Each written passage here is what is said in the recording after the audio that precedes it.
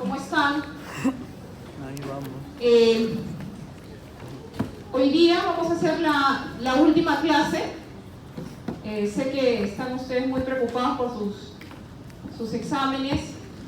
El día sábado hemos coordinado con el doctor Torres que no va a haber clase, o sea, hoy día vamos a hacer las 2 clases que le corresponde al sábado. Entonces necesito, como yo los estoy ayudando, ustedes también me van a ayudar. Vamos a tratar de ser rescatar lo más importante de las clases y ustedes lo complementan con su teoría, sus libros. Son 3 temas que vamos a hacer hoy día. Le pedí a José Torres que me diera la oportunidad de tocar un tema muy importante, que es donde yo trabajo, que es el tema de donación y trasplante. Y si podemos avanzar, podemos tocar ese tema que estoy seguro les va a interesar mucho y tiene que ver con la fisiopatología también. ¿Ok? Muy bien. Entonces hoy día nos toca hablar sobre la inflamación, ¿no? El proceso de inflamación, la fisiopatología de la inflamación, seguidamente de lo que es el SIR, ¿no? O SIRS, ¿no? Que es el síndrome de respuesta inflamatoria sistémica, y seguidamente la sepsis severa, shock séptico y falla multiorgánica. Después de eso, que espero hacerlo en 45 minutos, seguimos con el segundo tema, que es muerte encefálica, fisiopatología de la muerte y lo que es donación de órganos y trasplante. Muy bien. Entonces vamos a ver, nosotros hemos revisado algunos procesos que se dan cuando hicimos hematología. Hablamos de la cascada de la coagulación, ¿verdad? Hablamos también de los elementos formes de la sangre, del tejido linfoideo y cuál es el papel en determinados procesos homeostáticos en el organismo. Y tiene mucho que ver con la inflamación, con el proceso de la inflamación. ¿Qué cosa es la inflamación? Es una respuesta humoral. O sea, la inflamación es una respuesta química ante un estímulo determinado. Y este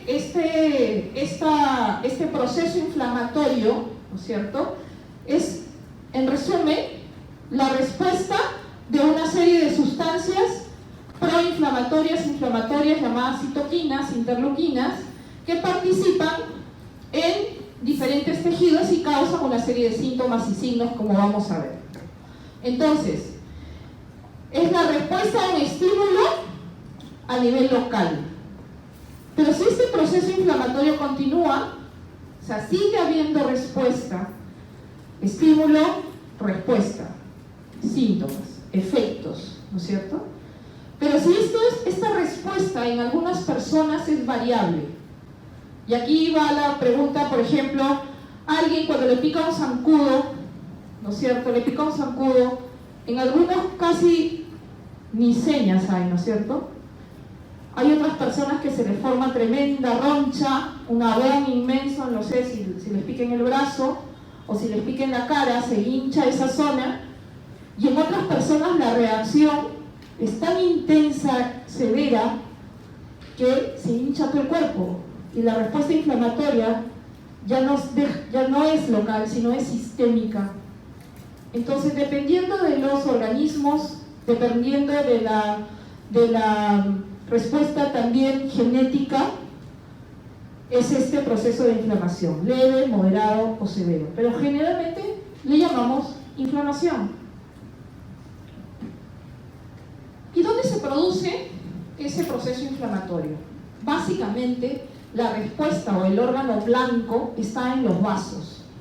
O sea, los vasos sanguíneos, la vasculatura, es el órgano o el elemento efector de estas sustancias liberadas en este proceso inflamatorio. Por eso es que se dice que el endotelio es el órgano blanco y está en todo el cuerpo, ¿no? Está en todo el organismo. Por lo tanto, ante cualquier proceso inflamatorio, el endotelio puede responder local o sistémicamente. Ahora se habla de una subespecialidad, si los comenté en algún momento, la endotelitis, ¿no? La endotelitis es un proceso que es tan frecuente en medicina y que el elemento fundamental o el órgano efector es el endotelio vascular. Y como hay endotelio en todo el cuerpo, es una especialidad. El endotelio tiene una característica especial, que tiene en esta capa interna de los vasos sanguíneos células, y que estas células están también recubiertas por tejidos y células especiales de defensa y de respuesta inflamatoria. Y esta es las células que van a finalmente liberarse y producir efectos en este endotelio. Desde hace muchos años, mírense, en esta época de Celsus, ya se hablaba de cuáles son los signos de la inflamación. O sea, desde estos años se hablaba que los signos de la inflamación son característicos: calor, rubor, tumor y dolor. Estos 4 signos característicos son los signos de la inflamación. No hay inflamación sin estos 4 signos: característico, visible, objetivable, ¿no? En algunos más que otros sí. Generalmente, en la mayoría de los casos están los 4 signos de la inflamación. Este científico le agregó a estos 4 signos la pérdida de la función local. Claro, si se edematiza la mano, no puede ejercer la función adecuada. Si se edematiza el cerebro, no puede ejercer la función adecuada. Por lo tanto, ya se hablaba de un efecto importante que es en la función de ese órgano o región donde está el proceso inflamatorio. Así también, Hunter hablaba que la inflamación no es una enfermedad, es una respuesta inespecífica que produce un efecto en el paciente. Por lo tanto, estamos hablando que al no ser una enfermedad es una respuesta natural, fisiológica, ante algo. Entonces, la inflamación es una respuesta fisiológica. Ese rubor, ese calor, ¿no? Ese dolor inclusive es fisiológico ante algo. Imagínense ustedes si no tuviésemos este proceso inflamatorio que nos dice que algo nos está pasando. O sea, nos duele, se está hinchando, está rojo, algo está pasando. Entonces, es un evento fisiológico hasta cierto punto. El proceso inflamatorio entonces se resume a que ante una determinada noxa o una determinada causa, por ejemplo, una lesión en los tegumentos, se va a producir una respuesta inflamatoria de las células de defensa, de las células de los tejidos, y van a liberar una serie de sustancias que van a actuar sobre los vasos sanguíneos y van a producir los síntomas de la inflamación. ¿Y cuáles son estos efectos básicamente en los vasos sanguíneos? Una respuesta vascular llamada vasodilatación. Se vasodilatan las paredes de este endotelio. Al producirse vasodilatación, van a liberarse o van a extravarse o va a salir de la zona de estos vasos fluidos hacia la zona del intersticio y tejidos, va a producir calor por estas sustancias o citoquinas liberadas, va a producir un enrojecimiento de la zona por la vasodilatación y la extravasación de estas sustancias. Aumento de la permeabilidad capilar, que va a producir, al aumentar la permeabilidad capilar, los fluidos internos van a pasar al intersticio y va a producir edema, se van a hinchar los tejidos, ¿no es cierto? Asimismo, esta lesión tisular producida por determinada agente, ¿no es cierto?, va a producir que se liberen prostaglandinas, al a producirse el fenómeno de la activación del ácido araquidónico, la liberación de las prostaglandinas, ¿recuerdan? Y estas prostaglandinas que tienen efecto básicamente en la parte vascular, produciendo liberación de sustancias que producen dolor, o sea, irritan las terminaciones nerviosas, producen edema, ¿no? Y por lo tanto, proceso inflamatorio. Y se suma la impotencia funcional de esa región del cuerpo. Entonces, la respuesta inflamatoria realmente es un proceso fisiológico que hasta cierto punto es un mecanismo de defensa. Este proceso inflamatorio se produce para atenuar, para detener al agente causal. Si es una bacteria, este proceso inflamatorio libera sustancias que lo engloban, lo paralizan y evitan que siga destruyendo y deteriorando. Entonces es un proceso de defensa. Pero también, si este proceso inflamatorio persiste, se exagera, si se produce una hiperrespuesta, puede destruir también tejidos nobles. Por lo tanto, esta respuesta inflamatoria tiene una serie de fases y dependiendo del nivel de intensidad del agente causal, dependiendo de la respuesta propia del organismo, vamos a ver si este proceso inflamatorio es leve, moderado o severo. Entonces,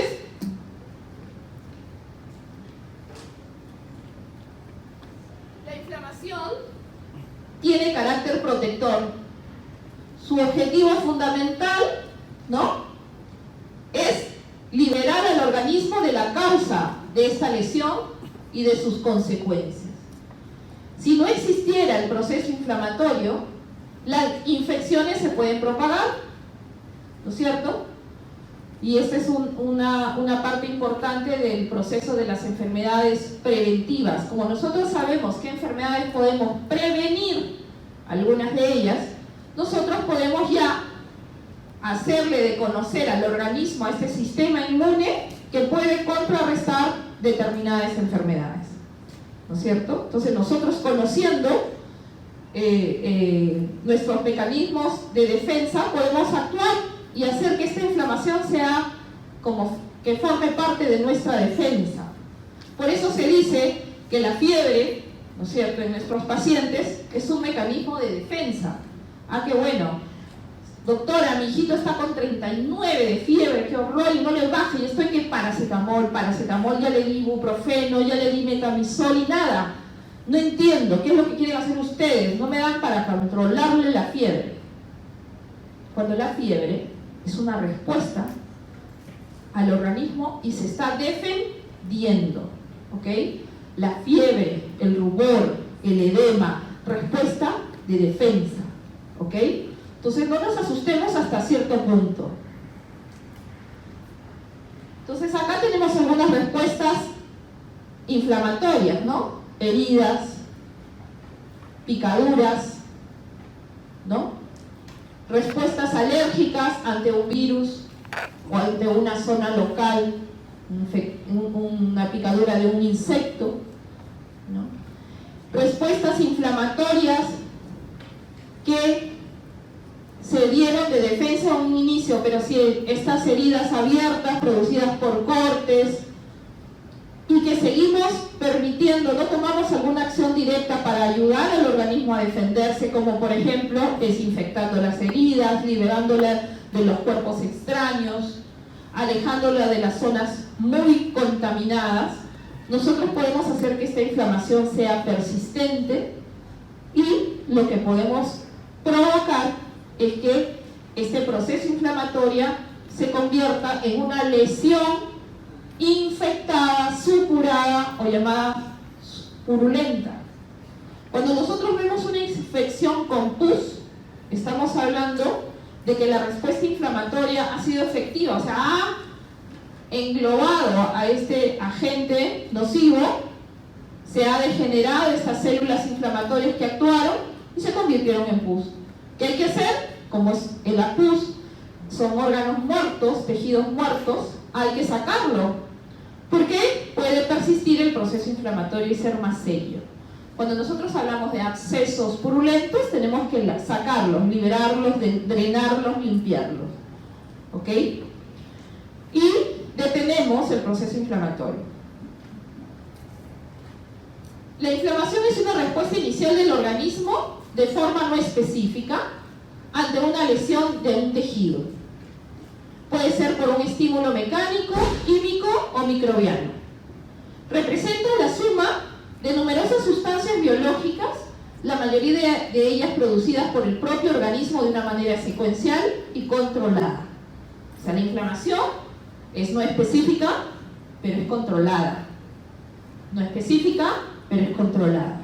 ¿De acuerdo? Estamos diciendo que el organismo se está defendiendo. Muy bien. Entonces, la respuesta inflamatoria tiene lugar en el tejido conjuntivo vascularizado, ¿no? El plasma interviene porque contiene las sustancias proinflamatorias.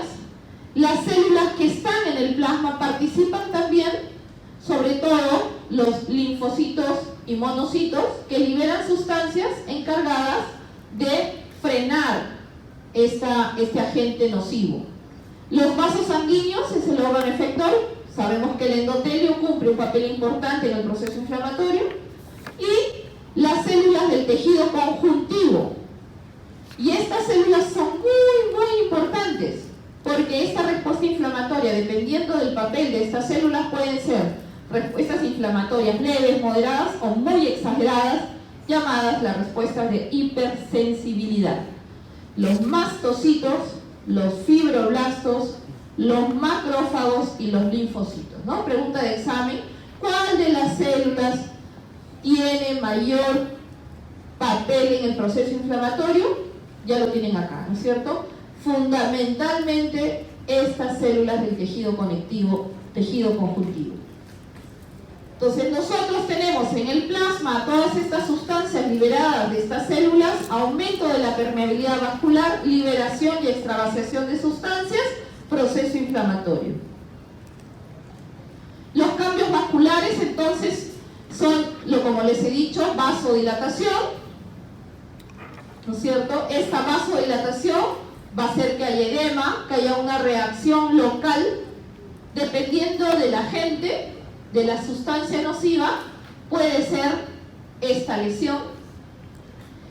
También se produce por agentes farmacológicos. Hay gente que es, cuando uno dice es alérgico o no es alérgico, que es la primera pregunta que se le hace a los pacientes, es porque podemos causar daño si no sabemos cómo es su tipo de respuesta ante determinados agentes. Hay medicamentos que se comportan como agentes o sustancias tóxicas en los llamados pacientes hipersensibles. Entonces es importante definir si es un paciente hipersensible a fármacos, si es un paciente hipersensible a la picadura de insectos, si es un paciente con enfermedad autoinmune, porque la enfermedad autoinmune produce alteración del sistema inmune. Por lo tanto, la respuesta inflamatoria en pacientes con alteraciones inmunes causa problemas. Y una de las enfermedades muy comunes que altera la respuesta inflamatoria es la artritis reumatoidea. Por un exagerado y permanente proceso inflamatorio en las zonas articulares, cartílago articular, sinovia, tejido conjuntivo, se produce estas deformaciones como respuesta al proceso inflamatorio. Entonces, ¿la inflamación en este caso fue benéfica? No. La inflamación fue perjudicial.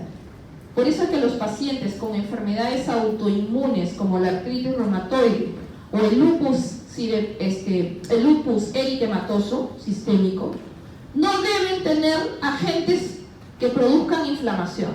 A ellos les pica un sacudo y se activa el proceso inflamatorio en todo su sistema.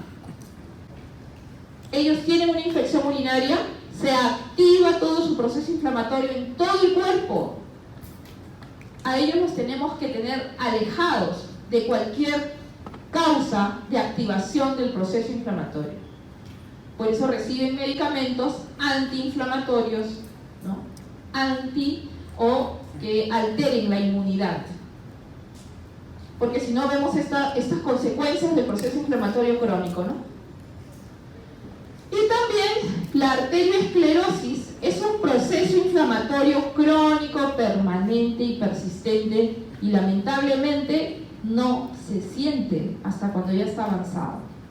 Se dice que la arterioesclerosis, como es un proceso inflamatorio del endotelio vascular, causa las placas ateromatosas, obstrucciones, debilidad de paredes, aneurismas, trombosis, etc. Es un proceso inflamatorio exagerado. Lamentablemente terminan mal, ¿no? Estos pacientes terminan ya sea infartados, ya sea con hemorragias, ¿no es cierto?, con necrosis. Estos pacientes terminan en diálisis, terminan operados del corazón, pierden el riñón. Pacientes que sufren de accidentes cerebrovasculares por procesos inflamatorios persistentes y crónicos. Por lo tanto, ya saben, cuando hablemos de arterioesclerosis, infartos, necrosis, estamos hablando primariamente de un proceso inflamatorio no controlado. ¿De acuerdo? La causa del aumento del flujo sanguíneo a la vez es la causa del enrojecimiento, del incremento del calor, aumento de la permeabilidad de la microvasculatura, salida de líquido rico en proteínas hacia la zona de los tejidos perivasculares, disminución de los líquidos en el compartimiento intravascular, concentración de hematíes en estos vasos pequeños de pequeño calibre, hay pequeños vasos dilatados, ¿no? Hay éstasis. Como la sangre, el fluido sanguíneo de estos microvasos sale al intersticio, a estos tejidos, hay disminución del flujo capilar y hay éstasis venosa. Y cuando hay éstasis venosa, se edematiza más. Entonces, el edema inflamatorio es un edema clásico. El edema inflamatorio es un edema clásico y sospeche de un proceso infeccioso, ¿no? Casi el 80 y 90%, si no hay un agente causal evidenciable, el proceso es una infección local. Cuando tenemos enrojecimiento, tumoración o edema, dolor local, otros signos agregados como fiebre, impotencia funcional, proceso infeccioso, 80-90% de las causas. ¿De acuerdo?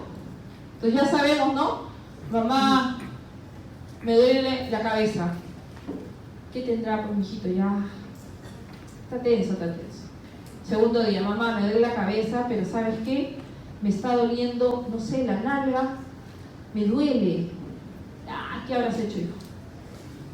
Tercer día, mamá, no puedo caminar, me duele la cabeza y tengo fiebre y no puedo caminar. No puede caminar, no, hay que llevarlo al doctor, ya ya no se está haciendo, algo pasa. Lo llevamos al doctor, lo desvisten como debe ser y vemos un forúnculo en la zona de la nalga, grandote, lleno de pus y le duele. Ese forúnculo es un proceso, ha generado un proceso inflamatorio ya sistémico. ¿De acuerdo? ¿Cómo lo calmamos? Drenando el bendito absceso, lo detenemos, limpiamos y damos agentes antibacterianos. ¿Ok?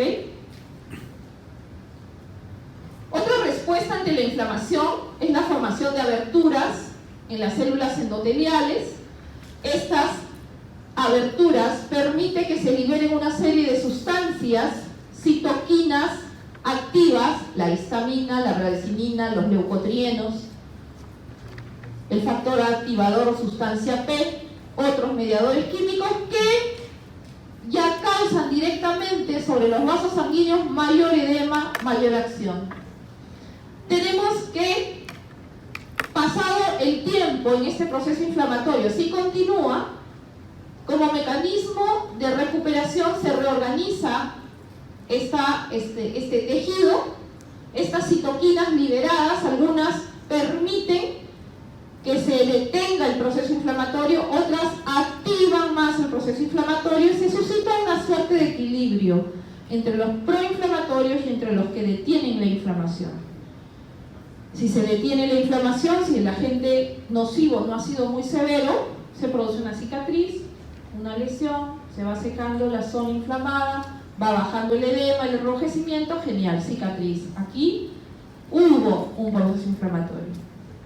Pero cuando de repente vemos que no mejora, que aumenta, que enrojece, que crece, hay un problema.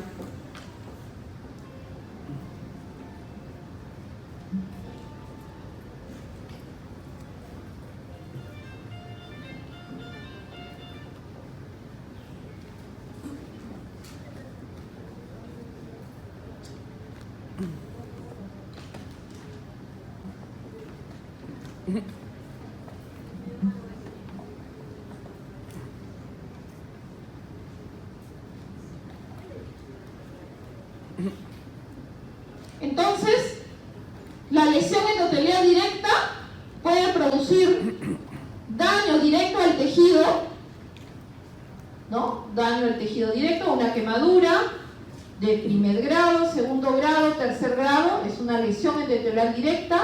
Acuérdense que después de la quemadura, que es el efecto mecánico directo, hay un proceso inflamatorio secundario donde se produce gran edema, gran pérdida de líquido intravascular. ¿Por qué creen que se mueren los grandes quemados?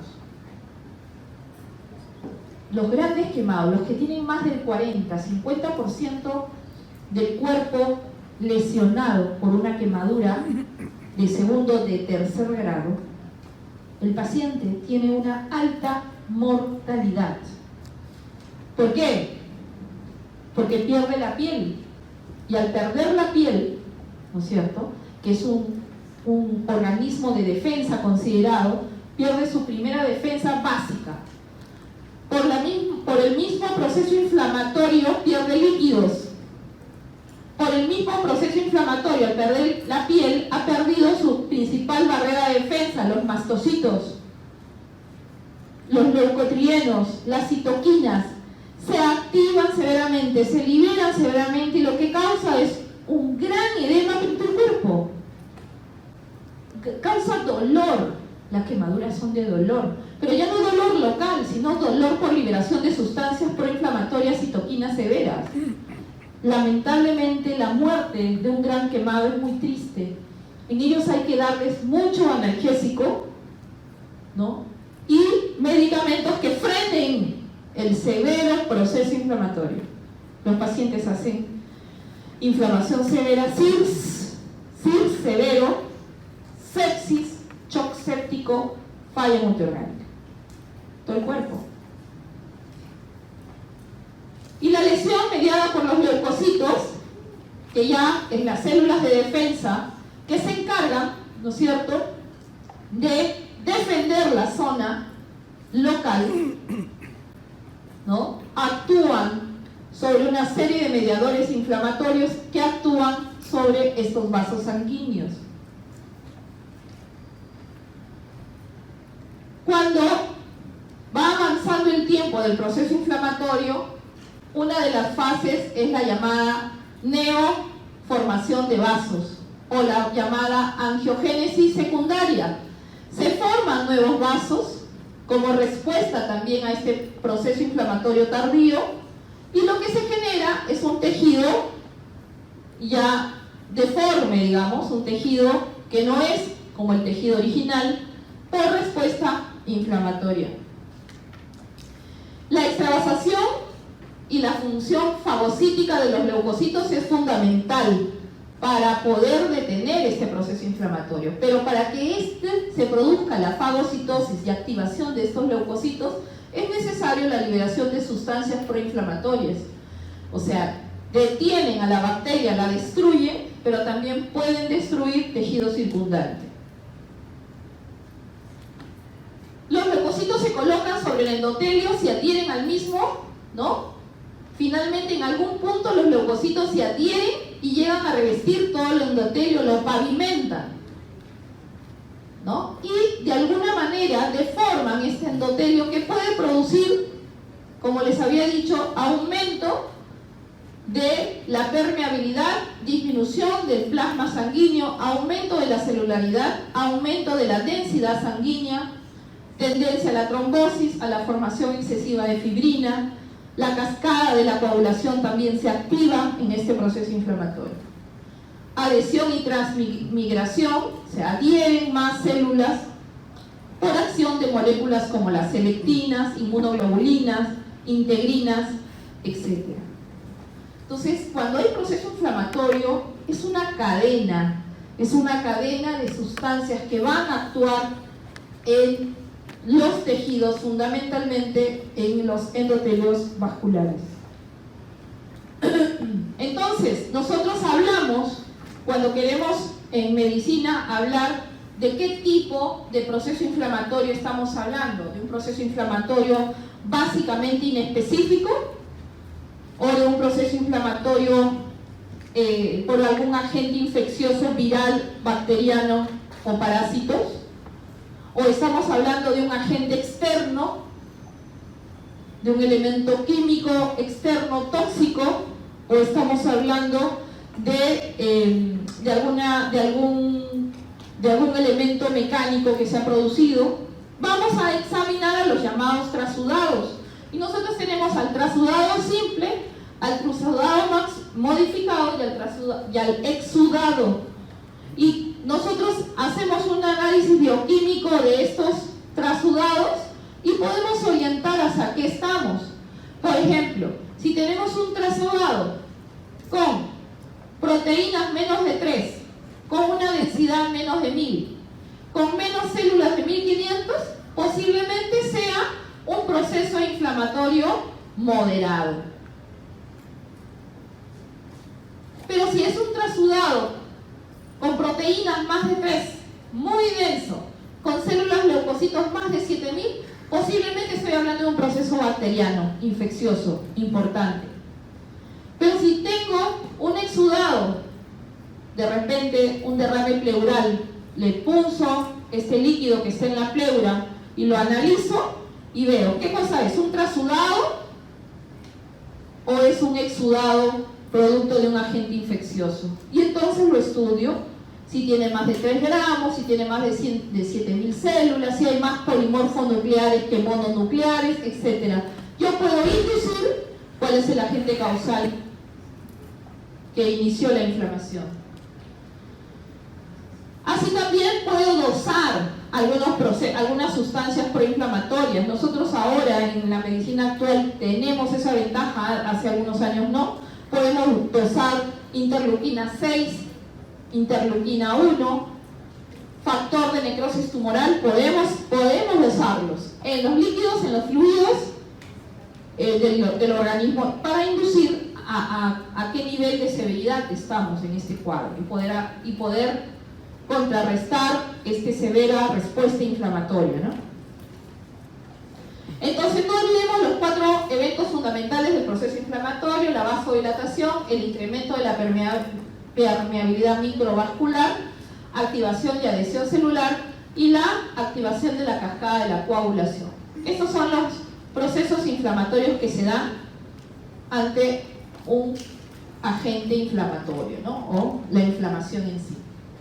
El cuerpo dispone entonces de un sistema de defensa que se basa en 3 elementos. Primero, la barrera externa, piel y mucosas, necesarias. Por eso le decía que la quemadura es gravísima. Una respuesta inespecífica contra los microorganismos u otros agentes que originan la lesión. Y la respuesta inmunitaria antígeno específica. Ya saben ustedes por qué la quemadura solar es terrible, ¿no? Porque la quemadura solar va a lesionar a la piel, va a producir un proceso inflamatorio local, pero además va a alterar la respuesta inmune y podemos activar una serie de sustancias proinflamatorias procancerígenas. Y sumado a esto, al rayo del sol directa que altera la función celular inmune, podemos degenerar en cáncer. Entonces, el sol es un enemigo nocivo para el ser humano. Tenemos que protegernos. Las citoquinas, que son los elementos mediadores de este proceso inflamatorio, cuya función es que intervienen en la transmisión de la información de una célula de diferente tejido a otro, se unen a receptores que luego se sintetizan y liberan nuevos mediadores secundarios. Ejemplo, citoquinas como el óxido nítrico liberan metabolitos del ácido araquidónico, mayor respuesta inflamatoria. Las principales citoquinas proinflamatorias, tenemos al factor de necrosis tumoral, a las interleuquinas 1, 6 y 8 y a los interferones. Existen enfermedades que carecen de estas interleuquinas, cuyo proceso inflamatorio es no muy objetivable, pero puede estar produciendo una serie de lesiones en el organismo. Por eso es que tenemos que observar bien ante qué paciente estamos. El factor de necrosis tumoral es importantísimo, lo vamos a ver, participa en la defensa de la degeneración de tejidos anómalos, para la liberación del avance de estos agentes bacterianos o virales. La respuesta de las células inflamatorias es muy importante, los polimorfonucleares, los monocitos, los macrófagos y las células endoteliales. Todo esto está en la inflamación. Por eso es que nosotros vemos mucho en el hemograma ante un proceso inflamatorio en cuánto están los polimorfonucleares, los leucocitos, los polimorfonucleares, los granulocitos. Si estos granulocitos, los abastonados, los neutrófilos están elevados en sangre, es porque hay un proceso inflamatorio de respuesta alta. Estamos de repente ante un agente bacteriano. Vamos a aprender a conocer cuáles son las bacterias que nos generan más granulocitos elevados o polimorfonucleares elevados, ¿no? Vamos a decir, ¿es virus o es bacteria? De acuerdo al número de elevación en el hemograma. Por eso es que nosotros pedimos el hemograma en los procesos infecciosos. Así también los mediadores inflamatorios secundarios como las prostaglandinas, leucotrienos, tromboxanos, el factor activador de plaquetas, el óxido nítrico, las proteasas, todos estos elementos participan en la inflamación. No olvidemos las citoquinas antiinflamatorias, o sea, las que equilibran este proceso de defensa, como son la interleuquina 4, interleuquina 10 e interleuquina 11. ¿Okay? Sobre las interleuquinas proinflamatorias, ¿no es cierto? La 1, la 6 y la 8. La inflamación localizada es una respuesta fisiológica protectora, ¿no es cierto? Controlada y localizada. La pérdida de este control local es una respuesta exagerada. Y la famosa respuesta exagerada es la llamada respuesta de hipersensibilidad. Estas infecciones, como los virus, bacterias y hongos, pueden causar respuestas exageradas de esta zona local. Entonces, tenemos también inflamación aguda e inflamación crónica. Y hemos hablado que la crónica, una de ellas es la artritis reumatoidea, es la insuficiencia renal, los pacientes que dializan están en constante proceso inflamatorio. ¿Se imaginan a los pacientes que dializan en las máquinas, no? ¿Se acuerdan? No tienen riñón, tienen una máquina que lava la sangre, dicen, ¿no? Dicen que lava la sangre. Pero lo que está haciendo esta máquina, como no es parte del cuerpo, está generando un proceso inflamatorio crónico permanente. Por eso se dice que la diálisis, de todas maneras, causa morbimortalidad en las personas, porque causa un proceso inflamatorio crónico persistente. La inflamación, entonces, en la fase aguda, que es de evolución breve, hay un exudado de líquido, hay proteínas plasmáticas liberadas, gran edema, migración de neutrófilos. Cuando la duración es mayor, o sea crónica, hay presencia ya de otro tipo de células más elaboradas, linfocitos, macrófagos, hay proliferación de vasos sanguíneos, neoformación, angiogénesis, cicatrices, fibrosis, ¿no es cierto? Necrosis y fibrosis, cuando la inflamación ya se hace crónica.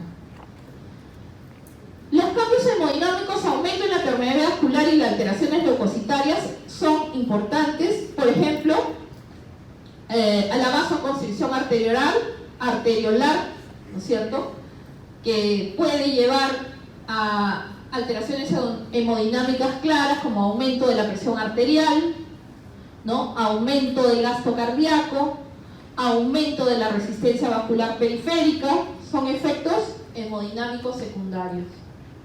Y esto, ¿no? Aumento de la permeabilidad vascular, aumento de la resistencia vascular puede llevar, ¿no es cierto?, a alteraciones sistémicas, hemodinámicas. Y aquí estamos enfrentándonos a un problema porque ya está causando efectos hemodinámicos. Ya dejó de ser local para hacerse sistémico. Las alteraciones de la permeabilidad vascular con la liberación de mediadores químicos, hay contracción en la zona local, hay alteraciones leucocitarias, todo por acción de estas sustancias proinflamatorias. La inflamación aguda, la intervención de estas células, para que lo tengan como esquema: adherencia, transmigración, ¿no es cierto?, que se puede detectar a través de la elevación de determinadas células. Podemos saber ante qué estamos.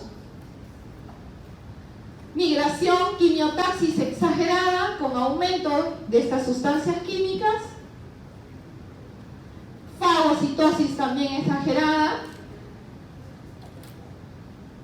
Conglomeración, quimiotaxis y fagocitosis a nivel local.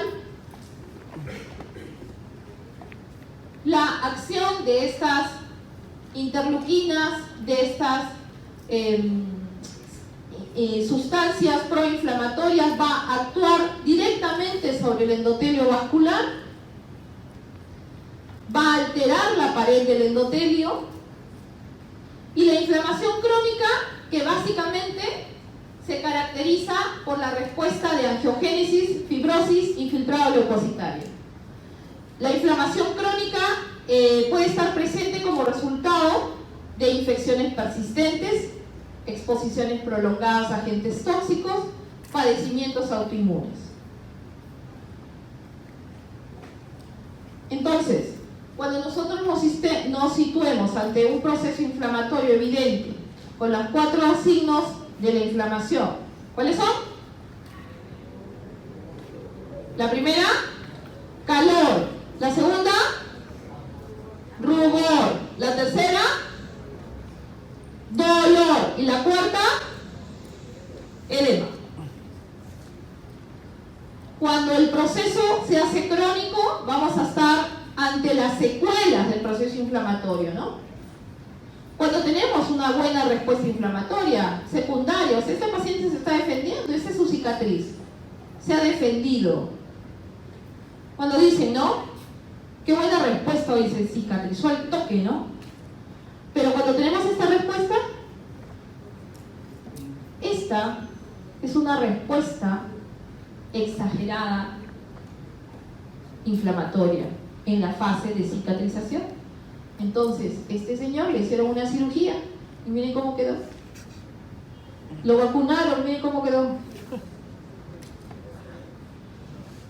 Y esto se ve. Tenemos que saber que estos pacientes tienen una respuesta exagerada inflamatoria. O sea, para operarlos hay que prepararnos bien.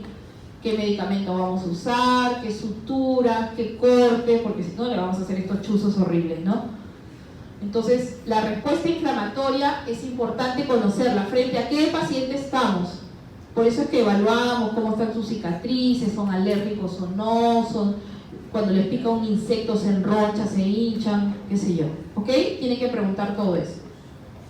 Los mecanismos inmunológicos de la enfermedad alérgica es importante.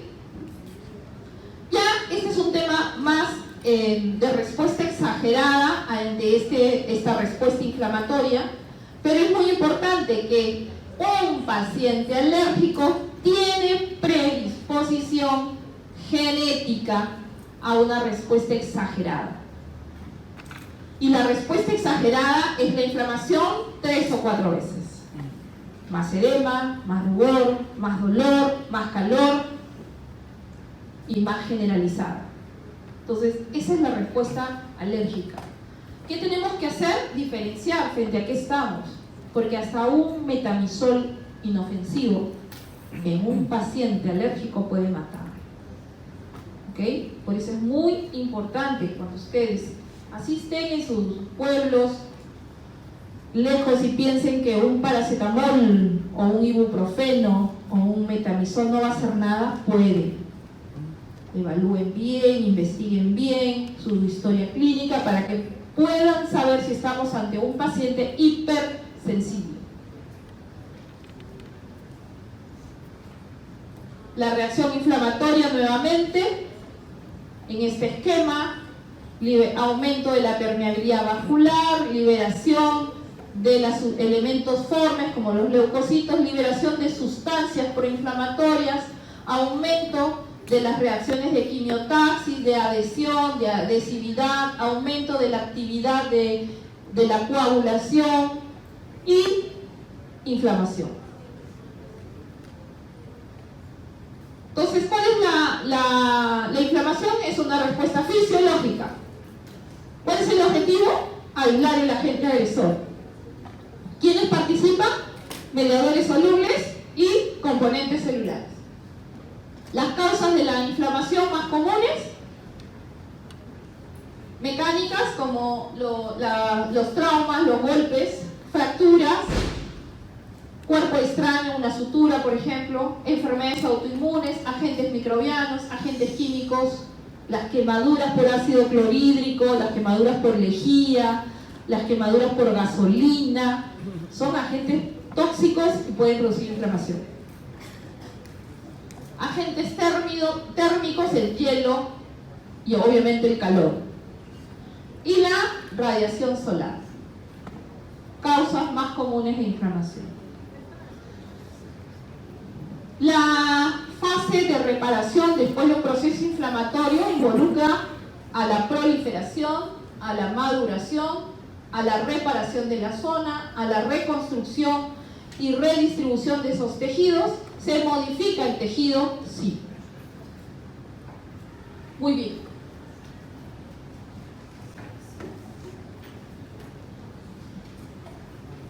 Entonces la inflamación, todo bacán, controlable en sus tópicos, en sus postas. Señor, póngase hielito, refresquese la zona, tome su antiinflamatorio, tome su antipirético y tome su antibacteriano. Pero resulta que le dimos todo y sigue con fiebre. De pronto llega a su... Ustedes lo vieron bien caminando cuando un joven, 30 años, se cansa, respiración agitada, 39 de fiebre, dolores óseos, dolores musculares, le toman la presión, su presión no se palpa bien, menos de 90 de sistólica, polipneico, taquicárdico, con ganas de estar echado. Dejó de ser un proceso inflamatorio controlado a ser un SIDS. El SIDS entonces es el síndrome de respuesta inflamatoria sistémica. El SIDS involucra a la sepsis, involucra a las infecciones, ¿no? Involucra a los eventos comunes en medicina como la pancreatitis, los politraumas, ¿no? Los cánceres agresivos. Entonces, el SIDS es el síndrome de respuesta inflamatoria sistémica. Cuando deja de ser localizado, es SIDS. El SIDS tiene entidades específicas. Cuando decimos SIDS, uy, está entrando en SIDS, no sé de dónde es, no sé qué foco es, porque todavía no lo he estudiado. ¿Qué hay que hacer con ese paciente? Hospitalizarlo. Hospitalizarlo y empezar a hacerle todo el estudio correspondiente para saber frente a qué estamos enfrentándonos. Pero eso sí, lamentablemente no tenemos mucho tiempo porque el paciente se puede empeorar y fallecer, lamentablemente. Entonces, el síndrome de respuesta inflamatoria sistémica es el conjunto de fenómenos clínicos y fisiológicos que resultan de la activación general del sistema inmune. con una independencia de la causa que lo origine. Independientemente de la causa, ya está el CIRS, se desencadenó el CIRS. No nos preocupemos tanto la causa, porque de repente no la lleguemos a encontrar. Tenemos que manejar el CIRS. Y cuando hay CIRS, hay que manejarlo, o se muere. Entonces nosotros tenemos que, si tenemos evidencia de un foco infeccioso, de una colonización, llámese cálculo renal, o le hicieron una litotripsia y le hicieron una citoscopía, y al día siguiente viene con CIRS. Foco infeccioso evidenciable. Primera característica. Segunda característica, bacteriemia. En forma de bacteria, viremia. En forma de virus, fungemia. En forma de hongos, parasitemia o endotoxemia. Esto es otra característica clínica. Foco localizado infeccioso. Y bacteriemia, CIRS. ¿Y cómo definimos al CIRS? Por la respuesta clínica generalizada a agresiones graves. Más de 2, CIRS, cantado. Temperatura más de 38 o menos de 36. Frecuencia cardíaca más de 90, frecuencia respiratoria más de 20, o un paciente con PCO2 de 32, o sea, está hiperventilando. O leucocitos más de 12.000 o menos de 4.000.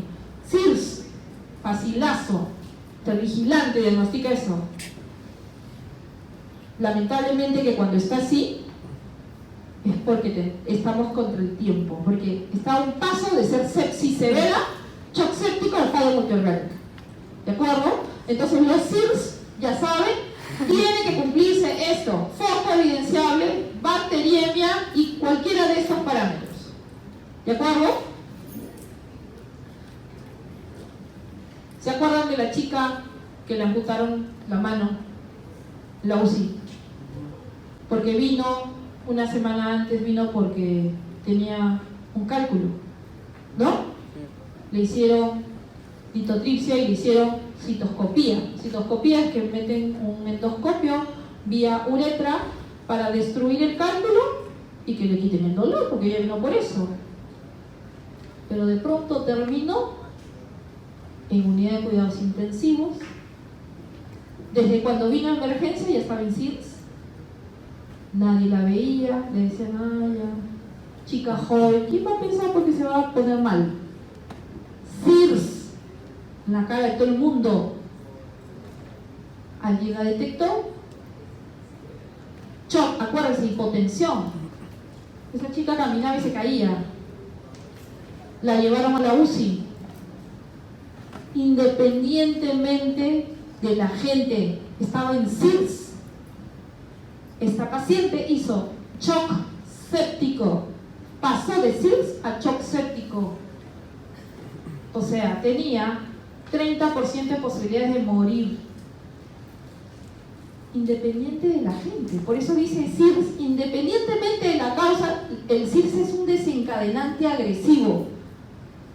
¿Por qué en otros sí y en otros no? Es la respuesta del organismo. Acuérdense que la respuesta del organismo varía de un cuerpo a otro.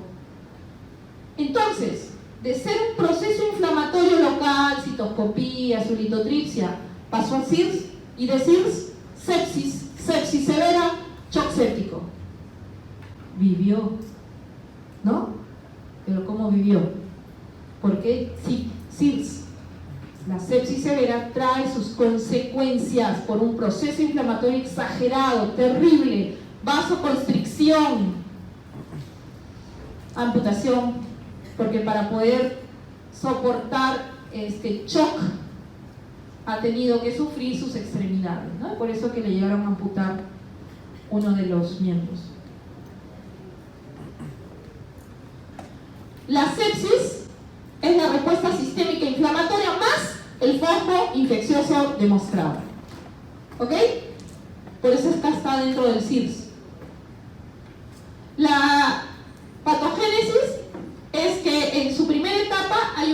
producción local de mediadores inflamatorios que inician la respuesta inflamatoria local.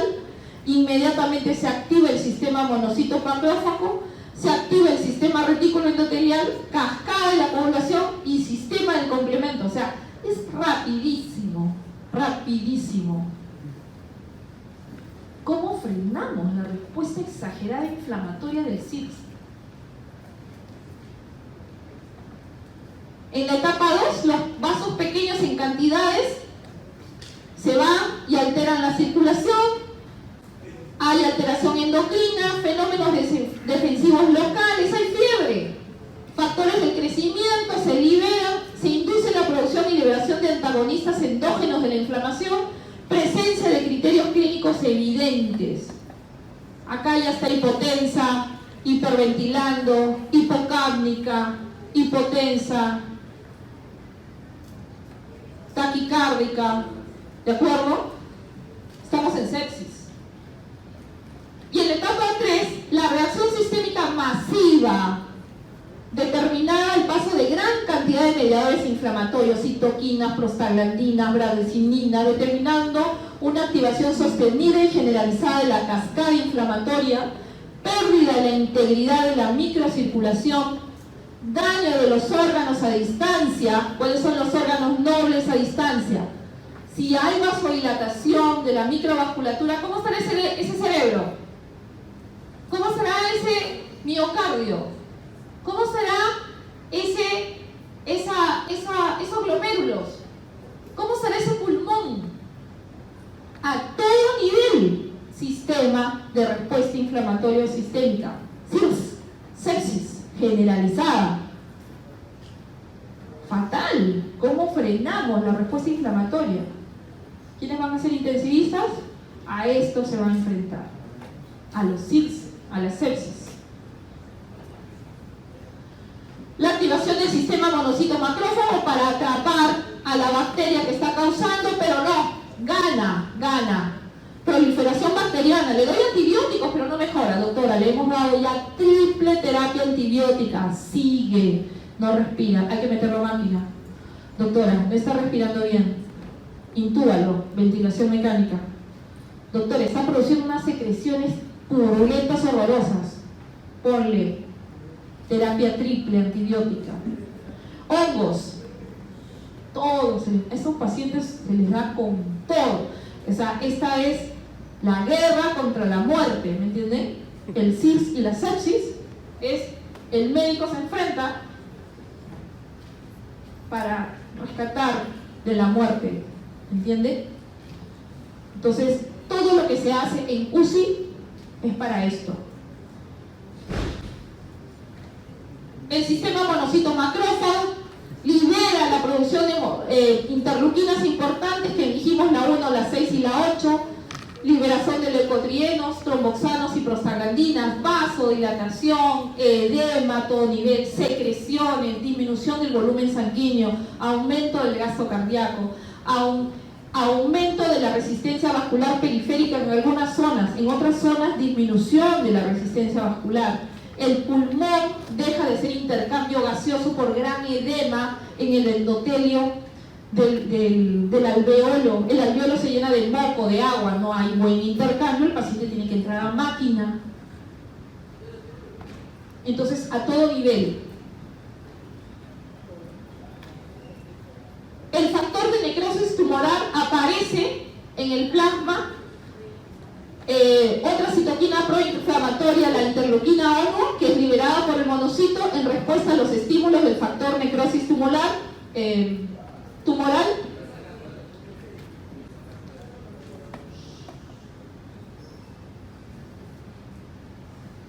Y nosotros podemos medir las interleuquinas. En UCI podemos medir la interleuquina 6 y dependiendo del nivel de interleuquina 6 en sangre, nosotros podemos actuar con una serie de medicamentos bomba, ¿no? Medicamentos bomba son los medicamentos que vamos a dar en estos pacientes para frenar la acción de estos citoquinas. Carísimas, ¿ya? Es como quimioterápicos, pero no nos queda, no hay muchas armas ya, como el organismo ya ha conocido tanto tanto se defiende, porque el organismo que hace piensa que se está defendiendo, pero lo está matando al cuerpo. Entonces nosotros damos, dependiendo de esto, los medicamentos para frenar esta acción citoquímica. Entonces la sepsis grave es el síndrome de sepsis caracterizado por hipoperfusión de algún órgano,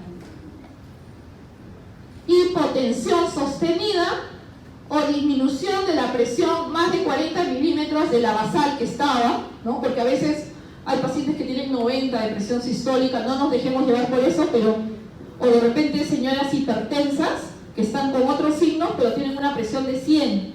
O sea, una abuelita hipertensa severa que tenga presión de 100 y que esté con los demás síntomas de CIRS, sospecha que está grave, que se puede poner grave al toque.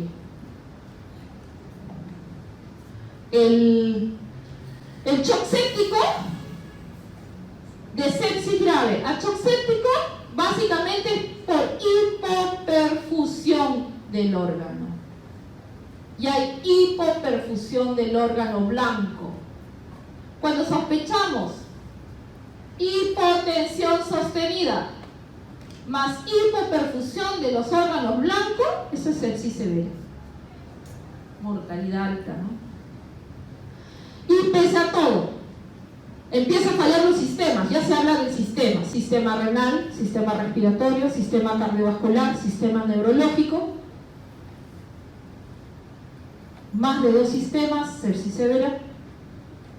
Y si estamos fallando, ya empiezan a fallar, falla renal, taponamiento renal, se llama taponamiento renal, insuficiencia respiratoria severa, ventilación mecánica a altos grados, edema cerebral, confusión mental, agitación psicomotriz, falla del sistema neurológico, falla, avanza, avanza, avanza, falla hepática, colapso, síndrome de disfunción o falla orgánica múltiple, muerte. El concepto de CIRS se mantiene, aunque los criterios diagnósticos son demasiado sensibles y nada específicos. El concepto de sepsis severa y shock séptico son útiles y se mantienen igual. Deberán ser redefinidos según avancen los conocimientos. Nosotros tenemos en medicina las llamadas guías clínicas. Las guías clínicas, que son las recomendaciones de acuerdo al nivel de evidencia, cuál es el protocolo a seguir ante un shock séptico, ante un shock neurológico, ¿ok? Los ya tenemos guías de actuación médica que se basan en los niveles de evidencia, las guías clínicas, ¿ok? Los médicos en todas las UCIs manejan estos protocolos y guías de acción. Estas definiciones no permiten estadiar ni determinar pronósticos, pero nosotros debemos conocer cuáles son los criterios diagnósticos de sepsis. Infección documentada, o sea, si tengo cultivos, ¿no? Un hemocultivo, un urocultivo suficiente, infección localizada, conocida. Variables generales, ya dijimos, las variables hemodinámicas alteradas y las variables inflamatorias cuando se evidencian en un hemograma. Las variables hemodinámicas cuando hablamos de hipotensión arterial sostenida sobre un monitoreo invasivo de la presión, porque aquí ya tenemos que tener monitoreo invasivo, no nos sirve el manguito. Acá el monitoreo de la presión y el diagnóstico es por el monitoreo invasivo, o sea, una línea arterial y ver cómo está la presión arterial. Las variables de perfusión tisular, si el paciente está con los signos negros, ¿no? Lo que se llama, por ejemplo, el moteado en la espalda, los dedos negros de los pies y las manos, el enfriamiento distal, el edema y la necrosis distal como respuesta exagerada inflamatoria en una sepsis severa o en un shock séptico, que fue lo que tuvo esta chica, pues. Y obviamente, como las horas avanzadas en este shock séptico, una mano negra, dedos negros, es un foco infeccioso. Y ante un foco infeccioso que puede agravar la vida, porque tú ante un shock séptico lo que quieres es salvar la vida, no salvar el brazo. ¿Me entienden? Entonces hay que amputar. El sistema PIRO, en una conferencia internacional en estos años, estableció las características de este PIRO, ¿no? La predisposición, la infección, la respuesta y qué tipo de disfunción, para que lo conozcan. Las citoquinas inflamatorias, su acción, no olvidemos el factor de necrosis tumoral importante en la sepsis, el factor de necrosis tumoral que favorece el reclutamiento y activación de los neutróficos, macrófagos, macrocitos y linfocitos. La apoptosis, o sea, hay una apoptosis exagerada, hay una degeneración celular. La interleuquina 1 aumenta la acción de las prostaglandinas, del óxido nítrico, ¿no? La elevación de los pirógenos, la interleuquina 6, la liberación hepática de proteínas de fase aguda, ¿no? Ya cuando estamos nosotros frente a eso es porque estamos a un cuadro muy grave y severo. Esto se maneja en UCI, no se maneja en otra parte del hospital. UCI. O sea, cuando ustedes vean a un paciente en UCI, ya por lo menos CIRS tiene. El que está en UCI, sea la causa que tiene, sea la causa que sea, tiene CIRS. La apoptosis, que es la acción del factor de necrosis tumoral, que fue un mecanismo de defensa en la fase de inflamación, ahora es un mecanismo de lesión. Esta apoptosis que actúa como intermediación de muchas sustancias proinflamatorias, inflamatorias y de destrucción celular. Hay una apoptosis exagerada. El endotelio, ¿no? Ya sabemos que el endotelio está alterado, la activación de este endotelio, la persistencia de los factores del CIRS en su fase inicial, en su fase de estabilización. Es importante saber que el CIRS nos va a causar un aumento del metabolismo energético, o sea, este paciente CIRS sepsis en la UCI es un paciente que está consumiendo cantidad de energía, cantidad de calorías. Y si el que logra sobrevivir el CIRS sale flaquito. Puede haber estado una semana y haber pesado, qué sé yo, 100 kilos, sale con 60. ¿Por qué? Porque el aumento del metabolismo es acelerado y exagerado que se da, es increíble. Por eso es que a ellos, además de darles terapia antiinflamatoria, antibiótica, también le damos terapia nutricional, porque estos pacientes necesitan un gran aporte calórico proteico para defenderse del CIRS. Hay aumento de la glucosa, generalmente estos pacientes tienen hiperglicemia, hay aumento de los lípidos, hay lipólisis y cetogenia, hay una tendencia a cetogénesis, o sea, por eso es que los pacientes andan tóxicos, obnubilados, encefalopáticos, porque hay una liberación de cuerpos cetónicos, aumento de cuerpos cetónicos en sangre, porque hay una alteración de los carbohidratos lípidos. Hay un aumento de la proteólisis, hay un aumento de la gluconeogénesis a través de aminoácidos y hay una excreción de nitrógeno elevado.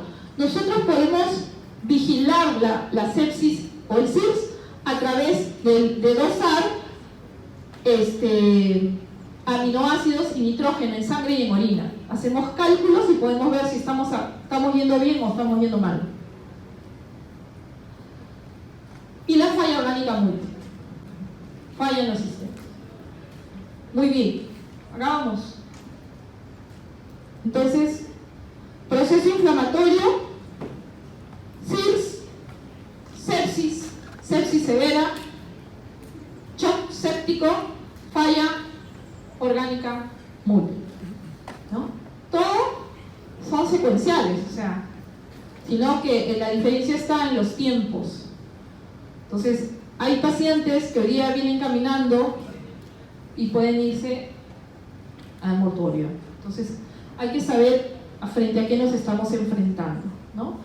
Y va a depender mucho también del huésped, del organismo que se defienda, va a depender del agente causal, de la virulencia, de la agresividad del agente causal, y va a depender de la acción del médico intensivista, cómo maneja, cómo reconoce los síndromes rápidamente y actúa. ¿Ok? Muy bien, acabamos. Entonces, 2 minutos para que respiren.